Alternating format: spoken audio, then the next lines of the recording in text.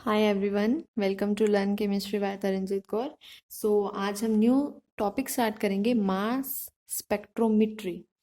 अभी तक आपने नेम जो सुने होंगे वो सुने होंगे IR spectroscopy, UV spectroscopy, but ये स्पेक्ट्रोमेट्री है। तो ये दोनों में पहला डिफरेंस यहीं पे आ जाता है, स्पेक्ट्रोमेट्री और स्पेक्ट्रोस्कोपी में क्या डिफरेंस है।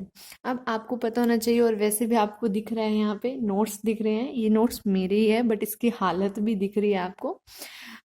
But mass spectrometry very important topic है, तो इसको अच्छे से समझना। नोट्स इसीलिए प्रोवाइड करवाए जा रहे हैं आपको, आपका प्रिपरेशन अच्छी हो जाएगी। ठीक है, तो मास स्पेक्ट्रोमेट्री स्टार्ट करते हैं। तो सबसे पहले मास स्पेक्ट्रोस्कोपी किसके लिए यूज़ की जाती है? ये जो यूज़ की जाती है मास स्पेक्ट्रोमेट्री से हम क्या कैलकुलेट करते हैं? मॉलिक्यूलर वेट कैलकुलेट करते हैं किसी ऑर्गेनिक कंपाउंड का। ठीक है, इसका प्रिंसिपल सारा का सारा डिफरेंट होता है स्पेक्ट्रोस्कोपी से। जितना भी अभी तक आपने स्पेक्ट्रोस्कोपी पढ़ी होगी, आईआर, यूवी, एनएमआर, उसका प्रिंसिपल डिफरेंट होता है मास से। अब दोनों में डिफरेंस होता क्या है आपको पता है? जब आप एनएमआर, यूवी, आईआर पढ़ते हो, उसके अंदर स्पेक्ट्रोस्कोपी के अंदर आपका कंपाउंड रीजनरेट हो जाता है, बट मास के अंदर आपका कंपाउंड कंज्यूम हो जाता है सारा का सारा। तो ये जो प्रोसेस है, डिस्ट्रक्टिव प्रोसेस है, आपका कंपाउंड पूरा का पूरा क्या होता है? यूज हो जाता है। स्पेक्ट्रोस्कोपी के अंदर आपको पता है different type of radiation use करते हो। आईआर के अंदर इंफ्रारेड यूज करते हो, इलेक्ट्रोमैग्नेटिक रेडिएशन यूज होती है एब्जॉर्प्शन और एक्साइटेशन के लिए। बट मास के अंदर आप क्या करते हो? रेडिएशन यूज नहीं करते, इसीलिए टोटली डिफरेंट है, और इसीलिए ही इसको स्पेक्ट्रोमेट्री बोला गया है, ना कि स्पेक्ट्रोस्कोपी। इसके अंदर हम क्या यूज करते हैं? इलेक्ट्रॉन बीम यूज करते हैं, जो स्ट्राइक होता है कंपाउंड के साथ, तब जाके आपको स्पेक्ट्रोमेट्री मतलब मास स्पेक्ट्रोमेट्री, अभी हम आगे पढ़ेंगे, ग्राफ मिलता है, इंटेंसिटी से पता लगता है, फ्रेगमेंटेशन होती है, वो हम आगे करेंगे, बट अभी ये करते हैं। अच्छा, अब हम मास स्पेक्ट्रोमेट्री यूज करते ही क्यों हैं, ये बताया हुआ है।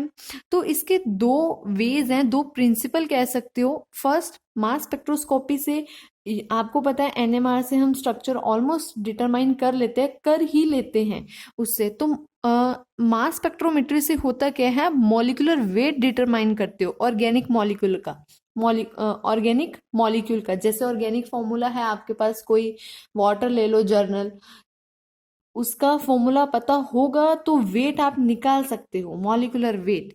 तो इसी तरह हम मॉलिक्यूलर फॉर्मूले का मॉलिक्यूलर वेट कैलकुलेट करते हैं मास स्पेक्ट्रोमेट्री के अंदर। और इसके अंदर जो दूसरा प्रिंसिपल है, इसके अंदर क्या होता है? आप फ्रेगमेंटेशन पढ़ते हो जब कंपाउंड मास स्पेक्ट्रोमेट्री के अंदर, जब आप आगे पढ़ते रहोगे आपको क्लियर होता रहेगा। फ्रेगमेंटेशन होती है, मॉलिक्यूल ब्रेक हो जाता है। ब्रेक किसके अकॉर्डिंग होता है, कैसे होता है, वो सारा आगे जब पढ़ेंगे आपको वहां से क्लियर हो जाएगा। बट ये आपको सबसे मेन डिफरेंस पता होना चाहिए, what is the difference between spectrometry and spectroscopy. I hope clear हो गया होगा। नेक्स्ट प्रिंसिपल पे चलते हैं, मास स्पेक्ट्रोमेट्री के। बेसिक प्रिंसिपल इसमें वही है, आप कंपाउंड जो यूज करेंगे इसके अंदर वो वेपर्स की फॉर्म में यूज करेंगे। सॉलिड हो, लिक्विड हो, उसको सबसे पहले कन्वर्ट करना पड़ेगा वेपर्स के अंदर। उसके साथ इलेक्ट्रॉन बीम क्या होगा? स्ट्राइक होगा। इलेक्ट्रॉन बीम की जो एनर्जी होगी वो 70 इलेक्ट्रॉन वोल्ट हो सकती है। ठीक है, अब जो मॉलिक्यूल है उसको आयनाइज कराने के लिए इसमें फ्रेगमेंटेशन होगी ना, सबसे पहले इलेक्ट्रॉन की रिमूवल होगी। इलेक्ट्रॉन की रिमूवल कैसे होगी? जब इलेक्ट्रॉन बीम स्ट्राइक करेगा तो एनर्जी जो होगी इलेक्ट्रॉन बीम की ग्रेटर होनी चाहिए आयनाइजेशन एनर्जी से। आयनाइजेशन एनर्जी का मतलब क्या है? आपके पास इलेक्ट्रॉन रिमूव करने के लिए कितनी एनर्जी चाहिए?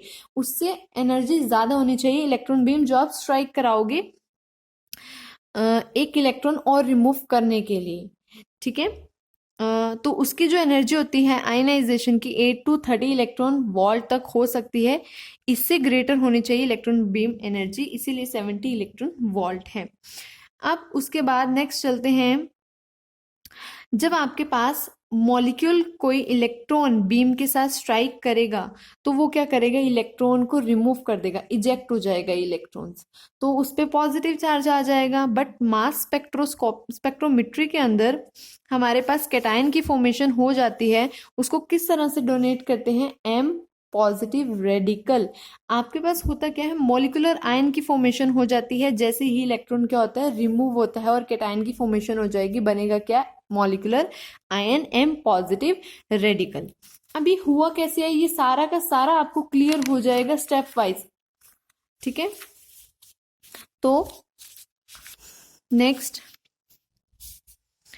अब मॉलिक्यूलर आपके पास आयन है, आयन पे कोई ना कोई चार्ज होगा, पॉजिटिव या नेगेटिव। जर्नल हमारे पास कोई मॉलिक्यूलर है, एम मॉलिक्यू है, ठीक है, एम है।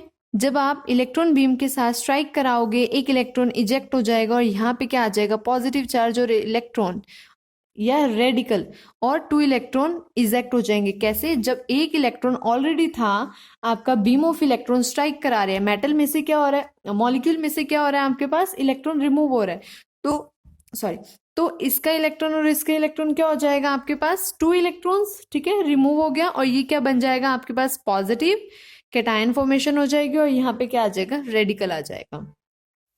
उसके बाद, और मास स्पेक्ट्रोमेट्री के अंदर आप हमेशा पॉजिटिव चार्ज आयन को ही डिटेक्ट कर सकते हो। इसके अलावा अगर आपके पास न्यूट्रल मॉलिक्यूल भी आ रहे हैं तो आपका उसका कोई लेना देना नहीं है, सिर्फ और सिर्फ पॉजिटिव चार्ज आयन ही डिटेक्ट होंगे। जैसे सपोज, और इसमें क्या होगा, आपके पास मॉलिक्यूलर वेट जो होगा, जो आपने लिया होगा ओरिजिनल, वो सेम रहेगा जो आपका मॉलिक्यूलर आयन फॉर्मेशन हुआ है।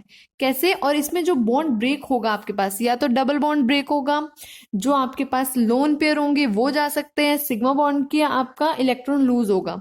जैसे मॉलिक्यूल दे दिया है और इसका बोला है मॉलिक्यूलर आयन की फॉर्मेशन करो, एक इलेक्ट्रॉन था, सिग्मा बॉन्ड जो होता है 2 इलेक्ट्रॉन से मिलकर बना होता है, यू नो ऑल, 1 इलेक्ट्रॉन, यहाँ पे क्या है, 2 इलेक्ट्रॉन्स, तो एक इलेक्ट्रॉन लेने पे 2 इलेक्ट्रॉन फॉर्मेशन हो जाएगी, और एक पे क्या आ जाएगा, पॉजिटिव चार्ज, और एक पे रेडिकल एज इट इज, ठीक है। तो जो इसका टोटल वेट था वो एज इट इज रहेगा, सिर्फ और सिर्फ क्या बना है, मॉलिक्यूलर आयन की फॉर्मेशन हुई है, एम पॉजिटिव रेडिकल, ठीक है।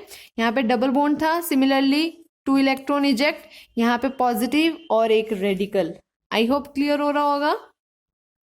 यहाँ पे भी आपके पास क्या है, लोन पेयर 1 इलेक्ट्रॉन ले लेगा, फॉर्मेशन ऑफ 2 इलेक्ट्रॉन्स, और यहाँ पे पॉजिटिव और रेडिकल, यहाँ पे डबल बॉन्ड है, यहाँ पे भी पॉजिटिव और रेडिकल। अब इलेक्ट्रॉन कहाँ कहाँ से इजेक्ट हुए, कहाँ कहाँ से निकले, सिग्मा बॉन्ड, पाई बॉन्ड, या आपके पास एन बॉन्ड में से इलेक्ट्रॉन जो है वो इजेक्ट हुए हैं। ऑर्गेनिक मॉलिक्यूल इलेक्ट्रॉन को कब इजेक्ट करेगा, जब आपके पास वो बॉन्ड लूजली बॉन्ड हो, ठीक है, लूजली बॉन्ड होगा, लूजली इलेक्ट्रॉन होंगे उस टाइम उस कंपाउंड के पास। जैसे सिग्मा बॉन्ड प्रॉपर बॉन्ड नहीं है, पाई बॉन्ड आपके पास प्रॉपर नहीं है, तो आपका वो इलेक्ट्रॉन इजेक्ट हो जाएगा। हीट्रो एटम के पास लोन पेयर है तो वो भी लूजली बॉन्ड होंगे, आपके पास निकल जाएंगे इलेक्ट्रॉन्स।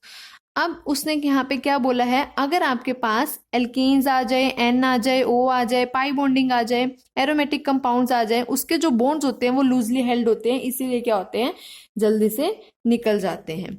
और अगर सी सी और सी एच में से आ जाए, सी सी और सी एच में से आ जाए, इनके कंपैरिजन में इनका बॉन्ड जो होता है वो स्ट्रोंग होता है, सिग्मा बॉन्ड। बट अगर इन दोनों में से ही पूछा जाए तो सी सी का बॉन्ड वीकर हो जाएगा as compare to the C H bond. जैसे यहाँ पे बोला गया है, मॉलिक्यूलर आयन ऑर्गेनिक कंपाउंड का बताओ और ये बताओ कि स्टेबल है या नहीं है, ठीक है। ये कंपाउंड था आपका, ये यहाँ पे एन पे भी लोन पेयर है, ओ पे भी लोन पेयर है। जब इलेक्ट्रॉन बीम ने स्ट्राइक किया, आपके पास यहाँ पे पॉजिटिव रेडिकल, यहाँ पे भी पॉजिटिव रेडिकल बन सकता है, बट इन दोनों में से स्टेबल कौन सा है, this one is stable, because N जो है आपके पास इलेक्ट्रोनेगेटिव कम है एज कंपेयर टू द ऑक्सीजन। जब इलेक्ट्रोनेगेटिव कम है तो वो लूजली हेल्ड करके रखेगा इलेक्ट्रॉन्स को, जिसकी वजह से वो क्या करेगा, इजिली लूज कर सकता है, इसीलिए आपके पास ये क्या है, स्टेबल ज्यादा है as compare to the this. Same next example भी ऐसे है, यहाँ पे पाई बॉन्डिंग है एज वेल एज एन पे लोन पेयर है, तो पाई बॉन्डिंग में भी हो सकता है, एन पे भी हो सकता है, वही एन ज्यादा आपके पास क्या होगा, more stable because of loosely held electrons. Similarly यहाँ पे OH और SH है, लेस इलेक्ट्रोनेगेटिव सल्फर, तो सल्फर वाला आपके पास जो मॉलिक्यूलर आयन बनेगा वो ज्यादा स्टेबल होगा। क्लियर हो गया। नेक्स्ट, थोड़ी नोट्स ऐसे ही बने हुए हैं क्योंकि उस टाइम हम जल्दी बनाते थे, तो हमें ऐसा होता था कि बहुत जल्दी से करवाया जाता था, फटाफट फटाफट। तो इसीलिए पर ये है, आपको सारा क्लियर हो जाएगा। नेक्स्ट, ये भी सल्फर और नाइट्रोजन, तो लूजली हेल्ड सल्फर के तो मोर स्टेबल होगा। इसी तरह पाई बॉन्डिंग, हाँ। अब मॉलिक्यूलर आयन अभी तक आप कैसे लिख रहे हो, प्लस और रेडिकल। आप किस तरह से लिख सकते हो, डबल बॉन्ड है, प्लस और रेडिकल, जैसे ही इलेक्ट्रॉन बीम ने स्ट्राइक किया। और दूसरा आप किस वे में लिख सकते हो, simple alkene part as it is, और उसके पावर में आ जाएगा ये, ठीक है, पावर में प्लस और रेडिकल। तो ये भी आयनाइज्ड मॉलिक्यूल है जब इलेक्ट्रॉन बीम ने स्ट्राइक किया है उस मॉलिक्यूल के साथ। अच्छा, उसके बाद एक क्वेश्चन यहाँ पे अराइज होता है कि अगर इलेक्ट्रॉन इजेक्ट करने के लिए सिर्फ 18 to 13 इलेक्ट्रॉन वोल्ट की एनर्जी चाहिए, और अगर electron beam energy 70 electron volt use कर रहा है, तो बाकी की एनर्जी कहाँ यूज हो रही है, कहाँ जा रही है। हम तो थोड़ी सी एनर्जी लेके भी उसको कर सकते हैं आयनाइज, बट जो बाकी की एनर्जी है वो कहाँ यूज हो रही है, मॉलिक्यूल आगे ब्रेक हो जाएगा। अभी तक सिर्फ जर्नल था कि मॉलिक्यूलर आयन की फॉर्मेशन हो जाएगी, और क्या होगा, बाद में मॉलिक्यूल ब्रेक हो जाएगा, फ्रेगमेंटेशन हो जाएगी, उसकी बॉन्ड क्लीव हो जाएगा। कैसे बॉन्ड क्लीव होगा, दो पार्ट्स हैं, पॉजिटिव चार्ज में और ओड इलेक्ट्रॉन की फॉर्मेशन में। ये एग्जांपल से आपको क्लियर हो जाएगा। नेक्स्ट जो है या तो ब्रेक होगा न्यूट्रल मॉलिक्यूलर में, या न्यू कैटायन फॉर्मेशन हो जाएगा। देखो, जैसे इवन इलेक्ट्रॉन थे, सपोज इसके पास 2 इलेक्ट्रॉन है, और एक इलेक्ट्रॉन जब स्ट्राइक करेगा, एक मॉलिक्यूलर आयन की फॉर्मेशन पॉजिटिव, एक रेडिकल, मतलब ओड इलेक्ट्रॉन। अब फर्स्ट फ्रेगमेंट का मतलब क्या है, इस वाले के अकॉर्डिंग, इस वाले के अकॉर्डिंग मीन्स आपके पास एक इवन बन जाएगा इलेक्ट्रॉन, मतलब यहाँ पे जो रेडिकल था वो निकल गया, लूज हो गया, तो 2 electron loosed, that means even, और एक रेडिकल तो ओड इलेक्ट्रॉन। ये फर्स्ट फ्रेगमेंटेशन के अकॉर्डिंग। सेकंड, अगर आपके पास सेकंड टाइप की फ्रेगमेंटेशन होती है, neutral molecule as it is, और ये जब ब्रेक होगा आपके पास, तो कार्बोकैटायन, न्यू कार्बोकैटायन की फॉर्मेशन हो जाएगी। तो इस सेकंड फ्रेगमेंटेशन के अकॉर्डिंग है। इसी के अकॉर्डिंग हमें क्या मिलता है, एक ग्राफ मिलता है रिलेटिव अबंडेंस और मास के बीच, इस टाइप का, जिससे आप इंटेंसिटी देखते हो। तो मैक्सिमम इंटेंसिटी आपके पास बेस पीक होती है, ठीक है, और ये जो पीक्स होती हैं सिर्फ और सिर्फ कार्बोकैटायन की वजह से ही देगा, मॉलिक्यूलर आयन की वजह से ही देगी, जो आपके पास न्यूट्रल मॉलिक्यूल है उसके वजह से नहीं मिलेगी। जैसे मिथेनॉल प्लस एक इलेक्ट्रॉन स्ट्राइक होगा, तो आपके पास यहाँ पे पॉजिटिव और रेडिकल बन जाएगा। अब ये दो तरह से क्लीवेज की हुई है। एक क्लीवेज हाइड्रोजन की होमोलिटिकल क्लीवेज की हुई है। यहाँ पे होमोलिटिकल क्लीवेज भी पॉसिबल है और हेट्रोलिटिकल क्लीवेज भी पॉसिबल है। तो सबसे पहले होमोलिटिकल क्लीवेज होगी। होमोलिटिकल से यहाँ पे रेडिकल आ जाएगा, रेडिकल रेडिकल मिलके डबल बॉन्ड की फॉर्मेशन हो जाएगी। बी में क्या है, हेट्रोलिटिकल क्लीवेज है, तो यहाँ पे क्या आ जाएगा आपके पास, न्यू कैटायन फॉर्मेशन हो गया और एक रेडिकल मिल जाएगा आपको, ठीक है। तो ये मास लिखा हुआ है, देखो ये मास कैसे आता है आपके पास, मॉलिक्यूलर आयन दिया हुआ है 1 2 3 4 4 एंड 16 20 मास लिया हुआ है, 20 + 12 इज 32। जब एक इलेक्ट्रॉन इजेक्ट हुआ 31, और कार्बोकैटायन का क्या आ जाएगा 15, ठीक है। तो यहाँ पे सिग्मा बॉन्ड होमोलिटिकल और हेट्रोलिटिकल क्लीवेज हुई है, जिसकी वजह से कार्बोकैटायन मिला है। और इसके अंदर हमें 3 पीक्स मिलेगी, किसके अंदर, मिथाइल रेडिकल के अंदर, सिर्फ और सिर्फ कार्बोकैटायन की वजह से, ना कि H रेडिकल और OH रेडिकल की वजह से। जिसकी इंटेंसिटी ज्यादा होगी वो मोर स्टेबल कार्बोकैटायन होगा। Next, very important, McLafferty rearrangement.